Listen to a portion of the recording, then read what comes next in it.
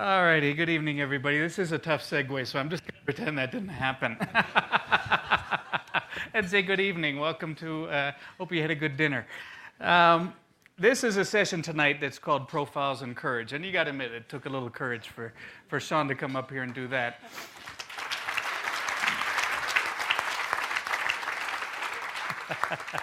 But we're very much going to switch gears here because what I want to talk about is profiles in real courage. Fellows who have really stepped up in unbelievable ways in the world. You know, the members of the Aspen Global Leadership Network all go through 4 seminars.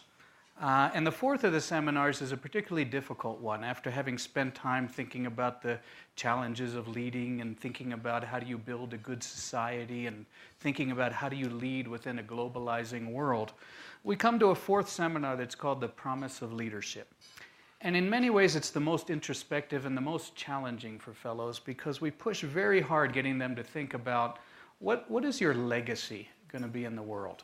And to what degree are you really going to step up? We've been having a great time together discussing the good society and so on, but we really want you to be thinking about as you walk out after the final seminar in the fellowship program, what is it you're going to be doing in the world? What's the dent you're going to make in the universe?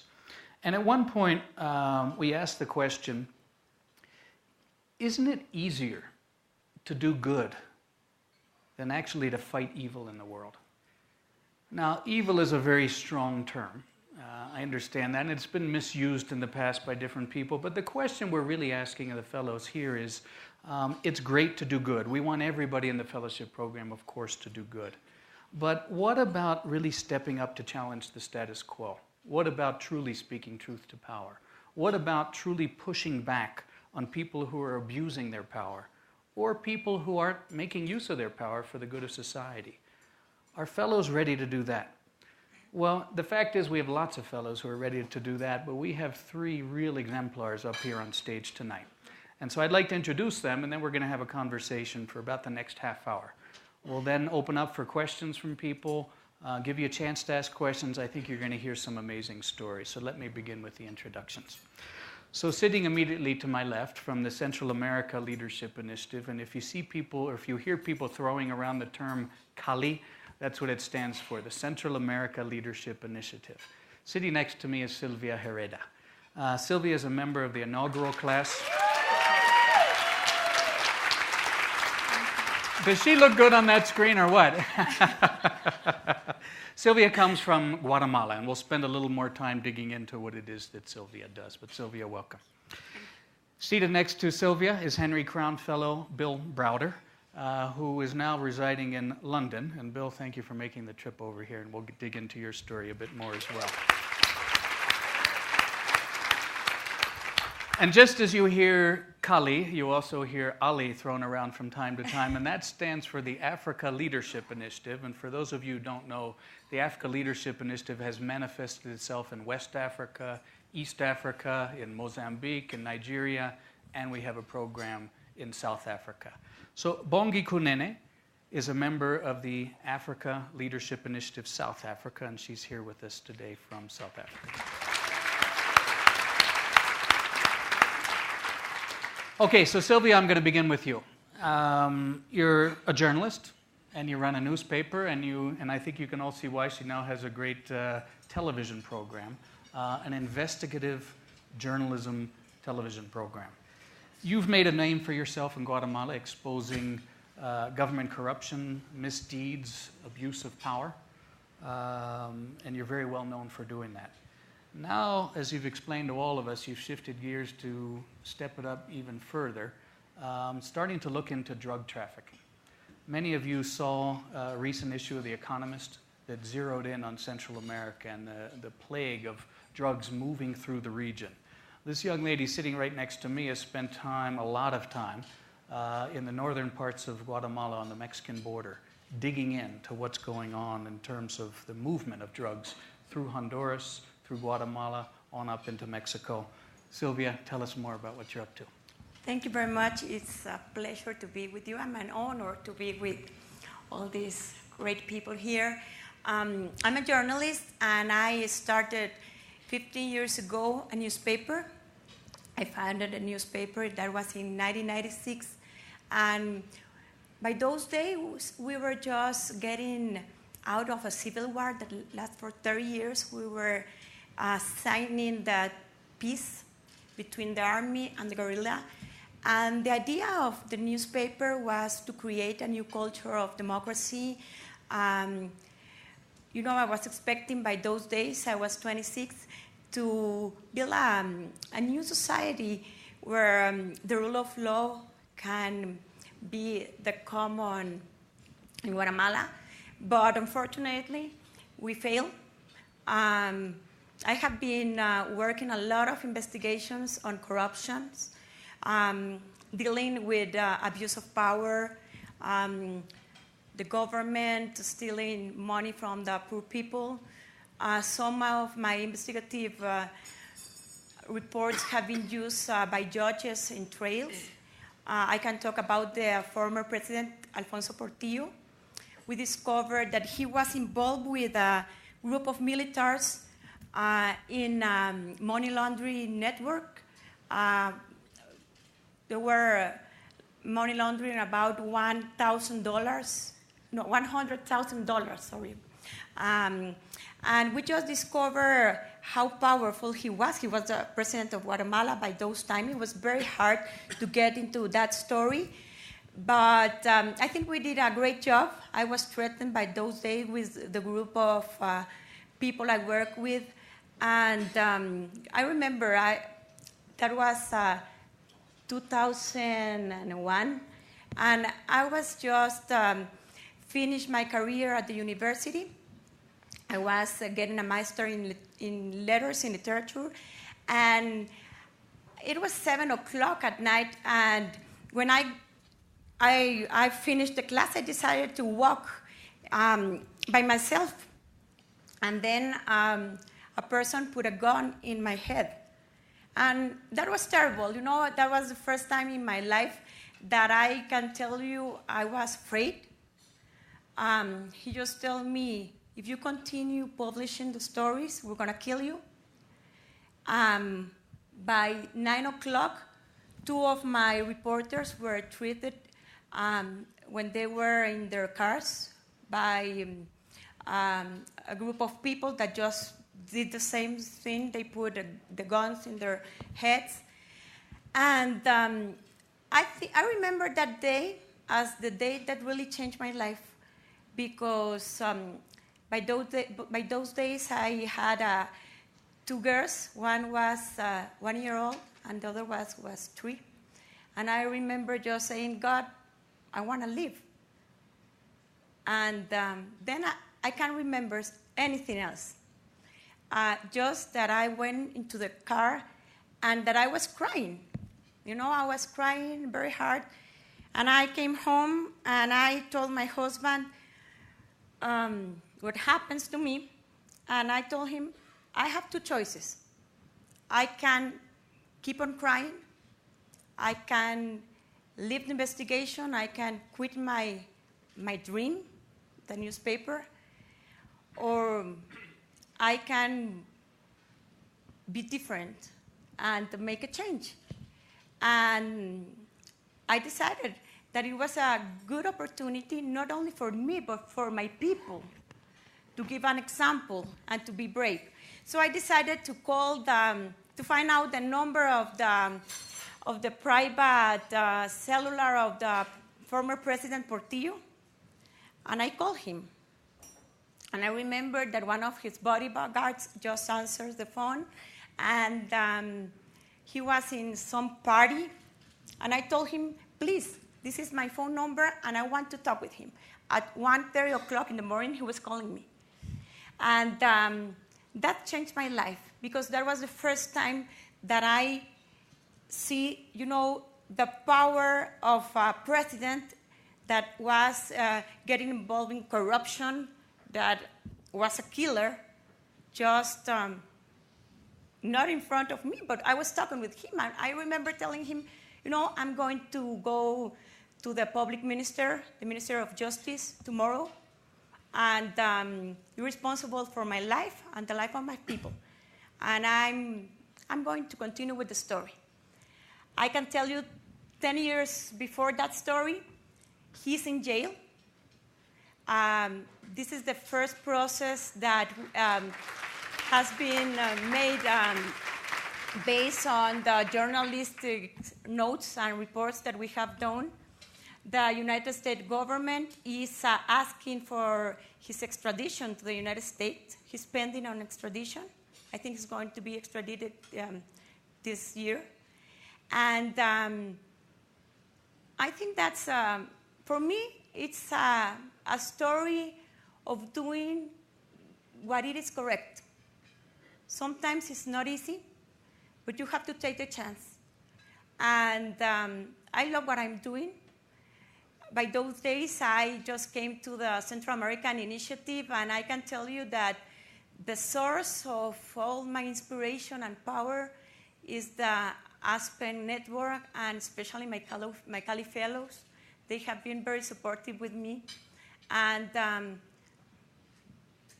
I keep on doing different kinds of things. Now we're in a different era. The challenges are not only about corruption, but about narco-traffic. And as you were telling, I'm working, trying to find the stories behind the narco-traffic, because I think it's not only a problem of finances or economic or organized crimes. There are lives, there's people dying, and those are the same people that were the victims of the Civil War, the people that are forgotten. So I'm searching for those stories, trying to get into those small villages, and trying to make this narco-traffic threat a human problem. So that's what I'm doing.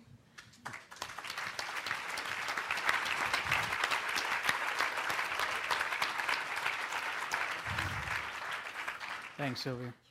Bill, you're an investor. You've gotten yourself into some serious trouble with the powers that be in Russia to the point where you're declared a threat to national security. Tell us your story. Okay. Well, I'm sort of an unusual character by most measures. My grandfather was the leader of the Communist Party of America for 15 years in the 1930s and 40s. And so when the Berlin Wall came down, I thought it would be an elegant juxtaposition if I became the largest capitalist in Eastern Europe. And so I moved to Europe. I initially settled in London, and then I eventually set up an investment fund called the Hermitage Fund, which grew from zero to $4.5 billion and became the largest investor in Russia. And it was all going well for a while. And then I realized that all the companies that I was investing in, all the managements of the companies, I should say, were stealing all of the money from the companies. And so it doesn't do you much good if you're an investor if all the money is getting stolen. And so I decided I was going to try to do something about it. And I barely spoke Russian. I didn't have any political contacts or law enforcement contacts, but I did have a very smart team of Russian PhDs working for me who could do the analysis to figure out how the stealing was done. And I met a bunch of foreign correspondents at expat parties in Moscow, and I figured I could share it with them. And we started to work with people like Sylvia to name and shame the people stealing money from these Russian companies. And it was a very successful endeavor for a number of years because Putin was fighting with the same guys that I was fighting with. They were stealing power from Putin and money from me, and so when I would expose their misdeeds, he would come cracking down on them like a ton of bricks. And so for about 4 years, I was immensely successful. All my publicity led to great outcomes, and it was all very nice. Then one day, he arrested the richest man in Russia, a guy named Michael Hordakovsky, and put him on trial. And in Russia, there's no presumption of innocence when you're on trial, and so they put the defendants in a cage. And they allowed the television cameras to film the richest man in Russia sitting in a cage. And imagine if you were the 17th richest guy in Russia and you saw the richest guy sitting in a cage, you didn't want to sit in a cage. And so one by one, all the other rich guys in Russia went to Putin and said, what do we have to do to make sure we don't sit in a cage? And he said, it's very simple. It's a formula, 50%. And not 50% for the government or 50% for the presidential administration, but 50% for Vladimir Putin. And at that moment, he became the richest man in the world, and all of my naming and shaming campaigns became a very economically costly exercise for him. And on November 13th, 2005, after living in Russia for 10 years and being the largest investor in their country, I was coming back from a business trip, and I was stopped at the airport, detained for about 15 hours, and then expelled from the country and declared a threat to national security. I was very upset about that, but I had no idea what upset was and what badness could come. And 18 months after I was expelled, my offices in Moscow were raided by 25 officers from the Moscow Interior Ministry. 25 more officers raided the office of my American law firm, and they were specifically looking for the stamps and seals and certificates of the investment holding companies through which we had invested in Russia. And I couldn't understand why they were doing it until 3 months later, when I discovered that we no longer owned our investment holding companies, that the documents seized by the police had been used to steal our companies.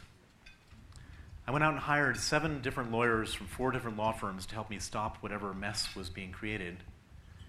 And in the process, we discovered that not only had they stolen our companies, but they stole $230 million of taxes that we paid the previous year through a complicated scheme. It was the largest tax refund fraud in Russian history using companies they stole from us. They didn't get any of our money, but they got the Russian government's money. We filed criminal complaints against the officers who were involved. And instead of going after the officers, the Russian government opened up criminal cases against all 7 of our lawyers from 4 different law firms. And I'm a financial analyst, not a soldier, and I didn't want to put anyone in harm's way. And so I asked every one of them to leave Russia, come to England at my expense, and I would take care of them so they didn't get hurt. Six of the lawyers said yes.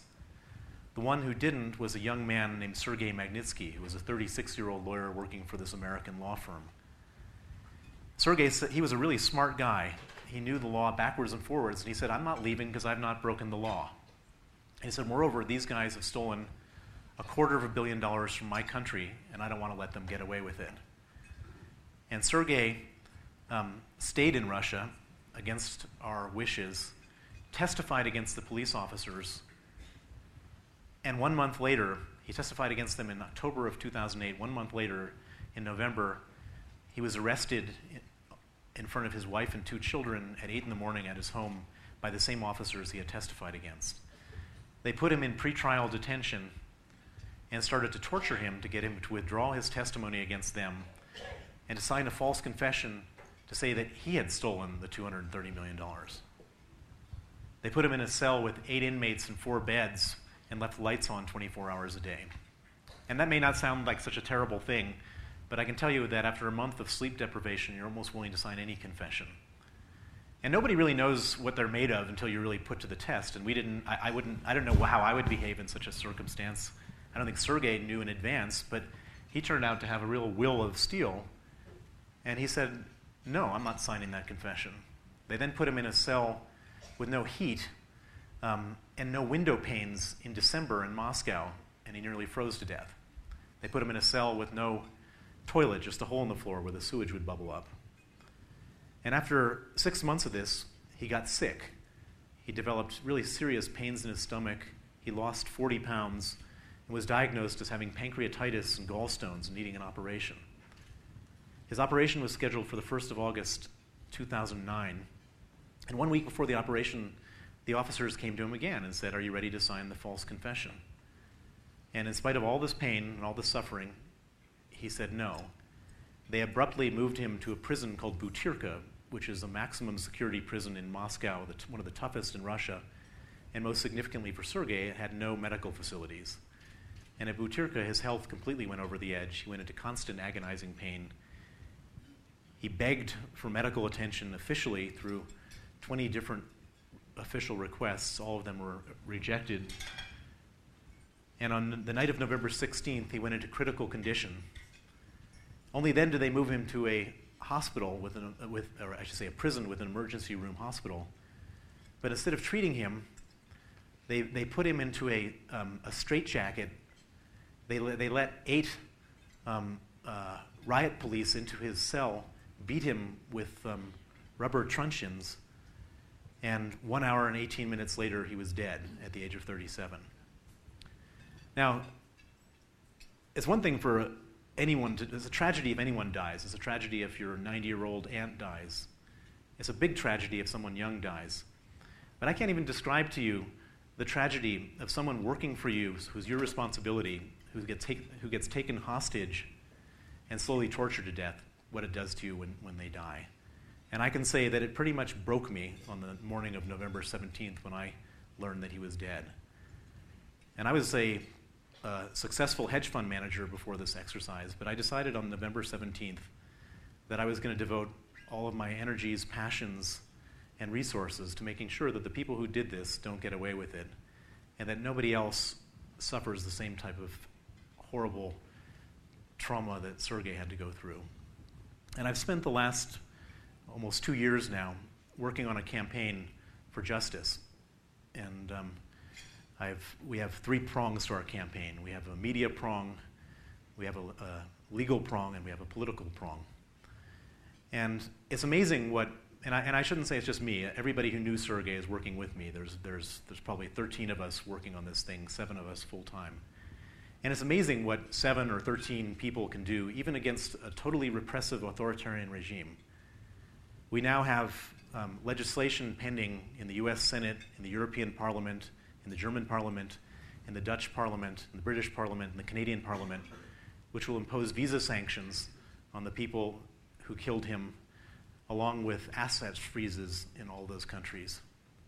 In the US piece of legislation, it's now been expanded to all human rights abusers. We had whistleblowers come forward, and we learned about the secret bank accounts in Switzerland that belonged to some of the people who stole the money, and we got the Swiss Attorney General to freeze the accounts. And we've done a number of movies, including one that we're going to be showing on Saturday night, which I invite you all to come and see, to publicize the whole story. And through all of this, it's really started to touch the Russians, and it's touched them in a very profound way. And most recently, the president was under such pressure in Russia that he was forced to bring in some external experts. And I should say that all the officers who did this to Sergei have all been promoted, given state honors, and fully exonerated. And the president just this week took a report from a group of human rights activists that he asked to give him an independent report, who concluded in absolutely definitive terms that Sergei Magnitsky had been killed by officers because he had uncovered their crime. And this was what was said publicly 2 days ago, and now they're all promising a big investigation. I'm not sure that we're going to resolve the problem shortly, but what I am sure of is that that in dealing with this tragedy, there's been nothing more meaningful to me than actually going out and getting the bad guys. And I started out as a businessman, but I can't imagine being just a businessman anymore after having gone through this. And even if we get justice for Sergei, I think that justice will be my cause forever now because of what I felt going through this whole campaign.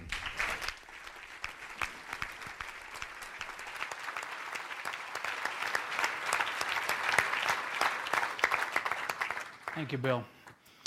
Bongi, you and I met several years ago in South Africa. We were in a seminar together, the first of our 4 seminars called The Challenge of Leadership. One of the pieces we read, and I'll never forget this moment, was a piece by a reporter named Tina Rosenberg of the New York Times. And it was a piece called Look at Brazil. And it was a story about the President Cardoso of Brazil, who became aware of the number of people that were dying of HIV/AIDS in Brazil. And he basically made a statement. He said, nobody is going to die in this country for lack of treatment. And it was a very bold statement because everybody said it couldn't be done. Brazil didn't have the caliber of medical system that could deliver the drugs in time. People wouldn't know how to take the drugs. They'd forget to take them. All sorts of reasons were laid out on why it couldn't be done. And yet, as we all know, Brazil has been a case study in how to deal with this disease. I remember very well, Bongi, that after we had that discussion, of course we were sitting in South Africa. It was a time when the government of South Africa was, I think it's fair to say, in denial, official denial, about what was happening in terms of the impact of AIDS in the country. And I remember the moment very clearly, and I know Skip does as well, when you pounded on the table and you said one word, and that word was enough. Tell us more. I think at that time I was a chief of staff for the deputy president. In South Africa, we have a constitution which gives you the right, or what the president can do. And it also creates the office of the deputy president. But it doesn't say what the deputy president can do. So a deputy president has got delegated powers which come directly from the president. And my boss at that time, the deputy president, had a delegated power of coordinating a response to HIV and AIDS, among other things. She was also a leader of government business in Parliament. And if you are a coordinator of policy, it really stops with you. Because we did have policies that deal directly with HIV and AIDS and the effects thereof. And we also had a very liberal budget in terms of what is allocated, not just for treatment, but allocated for everyone who is affected. And at that time, the president had a lot of questions about AIDS, and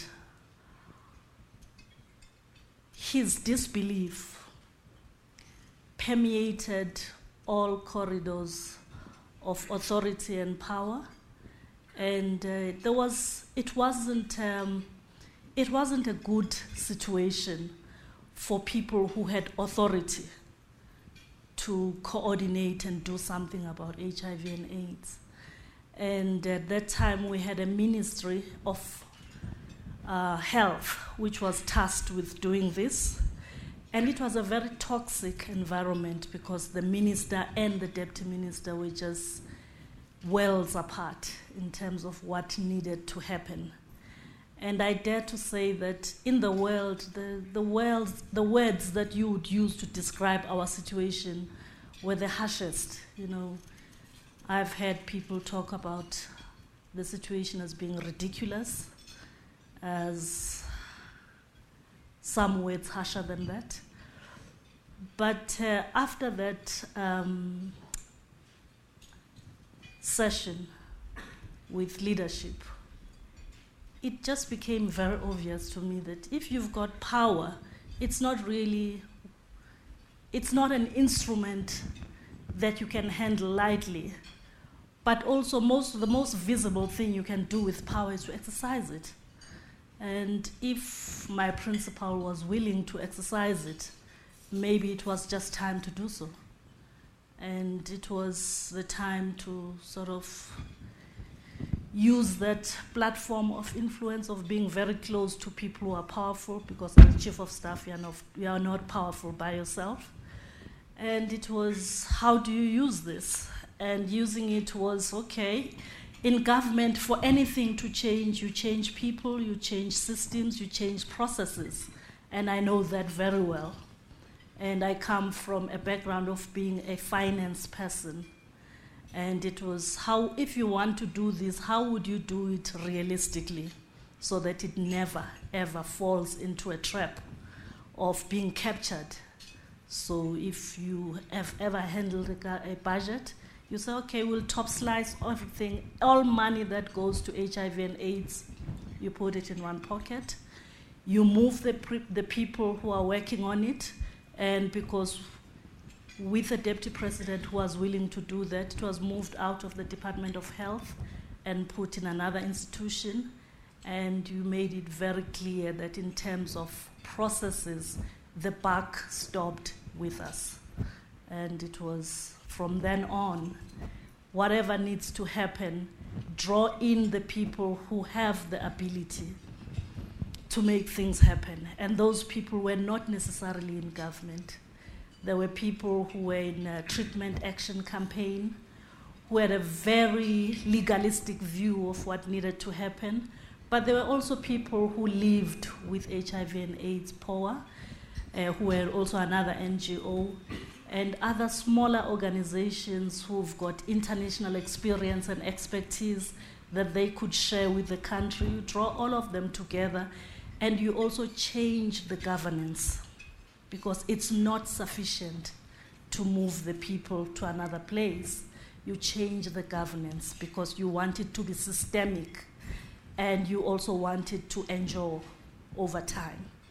And the governance of that SANEC, which is a coordinating body for HIV and AIDS in South Africa, was changed to reflect that it's not just a government function to look after this, but everyone who is involved, employers, organizations which pharmaceuticals, all of them, you bring them in one around the table, and you do the great South African thing. South Africans are very, very good at coming up with solutions to big problems, but it needed maybe just courage of my boss, not myself.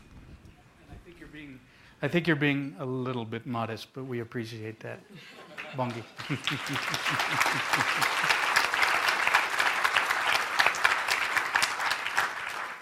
Sylvia, what you're doing has always been dangerous, and you talked about the various dangers you've had to face, very real ones. Not many of us have a gun pointed in the back of our head and are told, stop what you're doing. And now here you are looking at narco-trafficking. You're not exactly moving into a safer area. What on earth really drives you to do this? My CALI project is working with young leaders. I started that project like 5 years ago, making a publication with young leaders and gave them a voice. Now, at this time, some of those leaders, they were at high school by 5 years ago. Now they're at the university. We have launched a wonderful generation of new leaders. And I always teach them to be brave, to have the courage to change the reality. And some of them are running into politics for these elections. Others are working in journalism or in the rural areas trying to develop, make a development in the poor areas. So I think for me it's very important to lead by example. And with this narco-traffic problem, what I found out is that there were a lot of, at least 85 journalists from the rural areas that have been threatened by narco-traffic that cannot do their job anymore. So I decided to make a network with 30 of them and launch this TV program and work with them. It's important to them, for them to be alive, but it's important to open a new space for them. So they're telling me their stories. I'm going to their places, work with them. And I think fear paralyzes us, and fear paralyzes a country. And it's impossible if you want to change the reality. And when you have daughters, it's impossible to live in a country who is paralyzed by fear. So I'm doing this because I'm working with young leaders. Those leaders are my inspiration. And somebody who has to do the dirty job, the job that nobody wants to do. I was sitting behind the desk of the newspaper I run for 15 years. And it's very easy to be there. And you get used to write articles and lead the people. But it's a different story when you touch the misery. I loved Gandhi and Martin Luther King. I love when Gandhi said, if you want to be with them, you have to be part of them. So this is my new challenge, to be with people, to touch the misery. And for me, it has been a great experience. I just launched this TV program on March. But I think it's important to be with the people and to give them a space and a voice and opportunity to be alive and to keep on doing their job.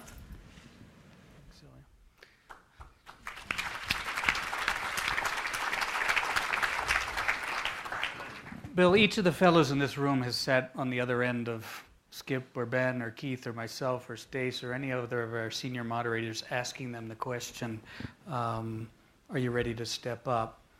And I know what goes through a lot of the fellows' minds, including my own, is what about our families? It's one thing to make a decision to fight back and to put oneself in the line of danger. It's another to think about, well, is it a responsible thing to do? How do you think about what you're doing vis-a-vis your own family? Well, I guess I start out by thinking about what Sergei did. Sergei bravely stood up in much, much more dangerous circumstances to really bad people, refused to give in, continued to testify from prison against the officers involved. And I think about his bravery, and I think if he was brave enough to do that and that got him killed, then I certainly have to be brave enough to fight for his justice from a great distance in a lot safer situation than him. And it's not entirely safe by any means.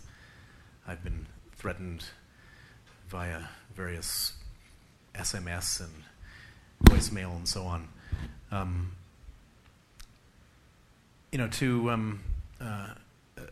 I can remember there was a situation where one of my fund's clients came to have dinner with me and said, "Bill, he's dead. Why don't you just let it go and move on?" And I felt a physical sickness in my stomach from that idea that I would do that. It just felt I felt physically sick thinking about that and picturing that. And I think that sometimes you have to just do the right thing, and sometimes you have to take risk, and sometimes you have to, in certain situations in life, you have to risk your life. There are soldiers that risk their lives, there's firemen that risk their lives, and sometimes there's moral issue or moral justice that you have to risk your life for. And I'd rather that my family and my children see me for the moral man that I am than for a weak man that was living on my knees. I'd rather be standing up strong. That's how I justify it.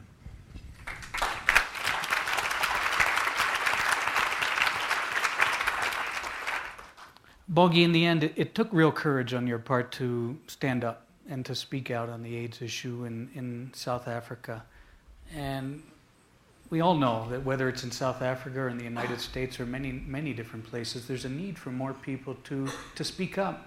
Why do you think more people don't speak up against the injustices around them? Why? I suppose it's to be safe. Because if you don't speak up and you are safe, you don't want to sort of rock the boat. It's better to be where you know what you are doing, and by not stepping up, it feels like you are protecting yourself. But I believe that you are not protecting yourself by just not taking action. And by taking action, for me, it's like you need an entry. It's not every time when something calls for action that you are able to act. But there comes a situation or a moment in your life where you are in a position to act. And if you are and you don't act, I don't know how you live. Because you just don't know. You have to be able to go to sleep. You have to be able to look at yourself.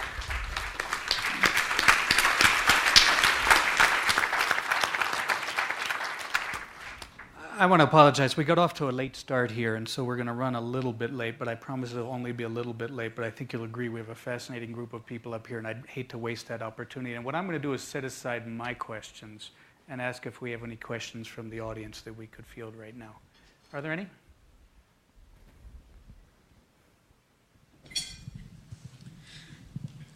My question is for Sylvia. And you are? I am Bernie Sucher.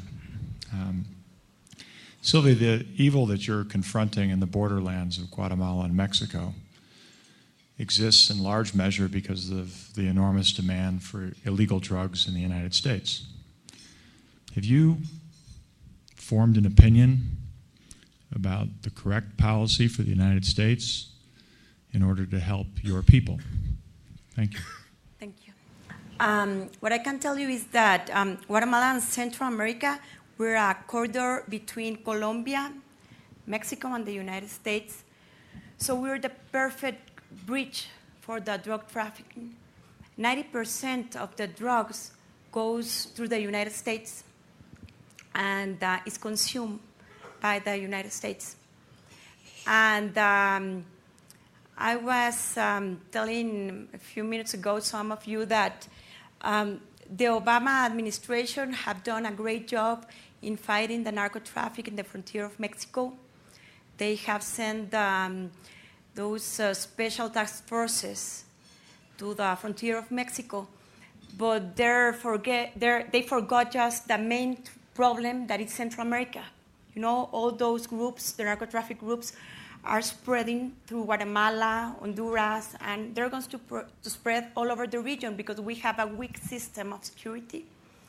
And when I look and try to find those stories, what I pretend to do is to make them visible and make the government of the United States and Mexico be aware of what is happening in our country.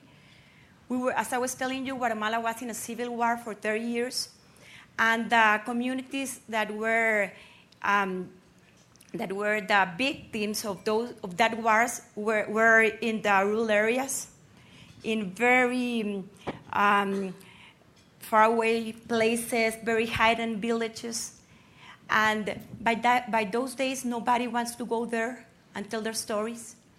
And I can imagine that if we made the same mistake, nobody is going to know what is happening to us. I remember when Keith Buick told me that we all have gifts. And I think my gift is being a journalist, having a voice, and to tell the stories of those people, for me, is very important. I have been working with journalists from Mexico and the United States, trying to spread the risk and trying to put the stories in different newspapers and TV programs from Canada and the United States. And I want to make them aware of what is happening, the drama that is happening, and the responsibility that the government of the United States has with us. I think it's very important because, as I was telling you, 90% of the drug is consumed in the United States. So I think we'll have a responsibility on that. I just want to tell you a story that happened 1.5 months ago. I was moderating here in Aspen, and when I got back home, there were a group of narco traffickers from Mexico. They are called the Zetas. Those are a group that they're very different from the Colombians because they have been trained by the Guatemala army. They have a military structure, and they're very aggressive. And they just got into the Petén territory that is in the frontier of Mexico. They were having a fight with one of the dealers of Guatemala. They got into his farm. He wasn't there. So they massacred 27 farmers that were there. Their heads were cut. Their arms were cut. Their legs were cut. And, I decided to go there and see what was happening, because the news just said there was a massacre in Petén. When I get into the farm, I was walking in rivers of blood. the blood just came to this point of to my knees. And they wrote messages with the legs of the farmers. Those were farmers that were working there for less than $1 a day.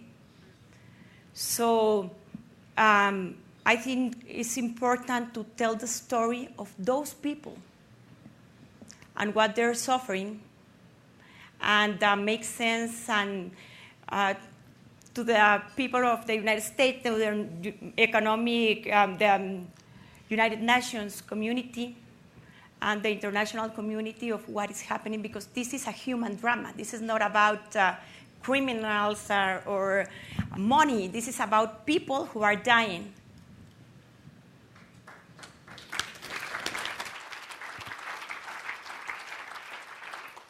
Other questions? Yes.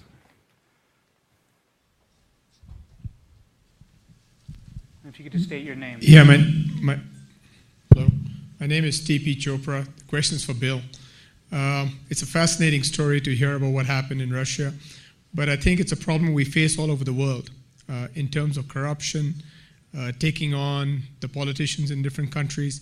I'd love to get your perspective on any thoughts or ideas that you've learned out of the experience you went through on what we as fellows around the world can do coming together to take on the similar kinds of problems that we have all over the world. That's a good question. Well, the first thing I should say is I've learned a lot in this struggle.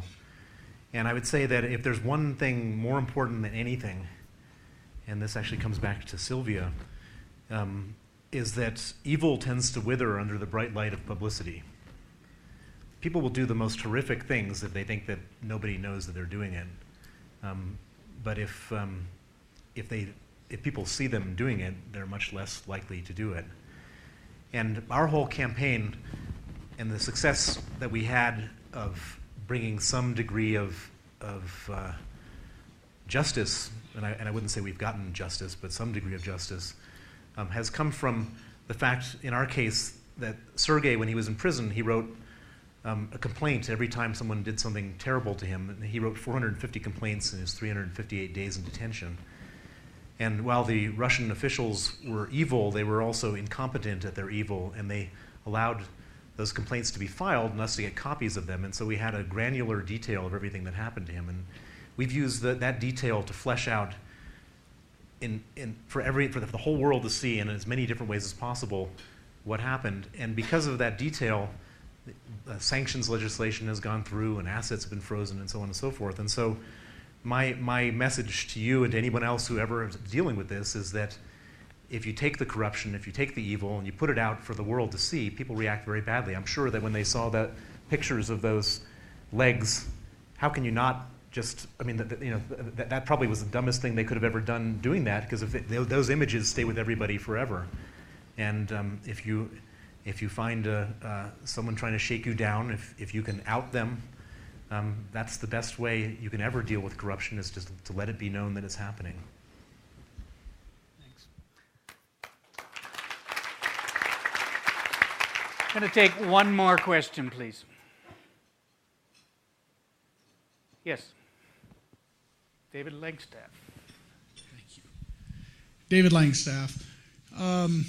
Bongi, the moral courage that you and your colleagues showed at a time in history to confront AIDS, I'm curious as to your perspective on what Americans are doing now in confronting problems in the United States. What problems? Not the deficit problem. Just the, the example that we see from all of you around the world in confronting problems and showing the moral courage to stand up. And that you look at what we're doing or not doing in the United States. I'm just interested in your perspective on that. Difficult one. I think if I was an American, I would start by saying, do we have a crisis? And if we do, how do we collectively address that crisis and maybe pick up a step which is not too big, just a step that allows collectivism, a lot of people to come together and address that crisis. Because in our case, South Africa is a country which has been traumatized by many things. And from time to time, South Africans will rise and address that particular crisis. But the first step is to say, we have a crisis. And maybe just boldly to say enough. We've had it. Probably for me, it starts there, when you just can't take it anymore. I don't know if you won't have that expression, but we have an expression in South Africa where we are heartful. We just say, it's enough. And when you've reached that point of enough, you do something. I don't understand how you can say enough and still watch TV at home. Because enough is enough.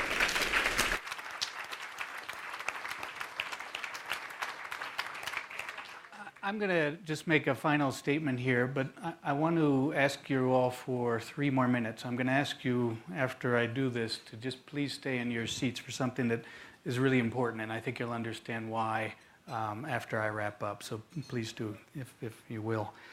One of the readings we also use in our seminars is a piece called "We Regret to Inform You That Tomorrow We Will Be Killed with Our Children." Many of you may have read this book. It's by Phil Gorovich. And it's the story of the massacres that took place in Rwanda. And there's many characters, of course, in this book, but one of them is Paul, and frankly, I can't remember even how to pronounce his last name, but he was the hotel manager who was featured in the movie Hotel Rwanda. And there's an interview with Paul in this book, and he says, someone asks him, well, how is it that you were able to stand up when others didn't? And what he responds, in essence, was, I thought I was just doing what was right, and I thought everybody else would do the exact same thing. It was a surprise to me that everybody else didn't stand up in the way I did. It is remarkable to hear each of your 3 stories. It's not easy to stand up. It's easier to do good than it is to fight evil. But it's good to know that there are people who are willing to step up, and I think you're a really important, each of you, model for each of us in this Aspen Global Leadership Network. As we're together for the next few days, as I said today, we want to have fun, we want to have constructive dialogue, we want to continue our introspective journeys, but we need to act too. And you are just 3 great examples of people who have acted. Thank you very much.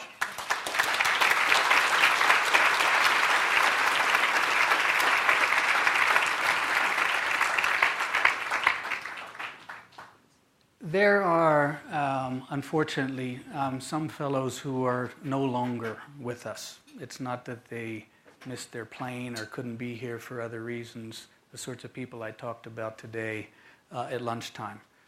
There are fellows we've lost in recent years, and we wanted to simply ask you for a moment of silence while we view a very short memorial film. Thank you.